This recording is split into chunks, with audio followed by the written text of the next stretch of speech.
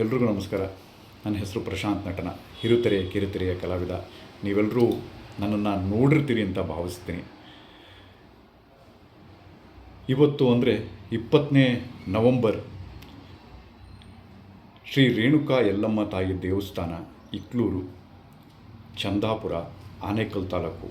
ಈ ಒಂದು ಕ್ಷೇತ್ರದಲ್ಲಿ ಸಂಜೆ 6:30ಕ್ಕೆ ಧನ್ವಂತರಿ ಹೋಮ ನಡೀತಾ ಇದೆ. ಈ ಒಂದು ಹೋಮದಲ್ಲಿ ನಾನು, ನನ್ನ ಕುಟುಂಬದವರು ಭಾಗವಹಿಸ್ತಾ ಇದ್ದೀವಿ.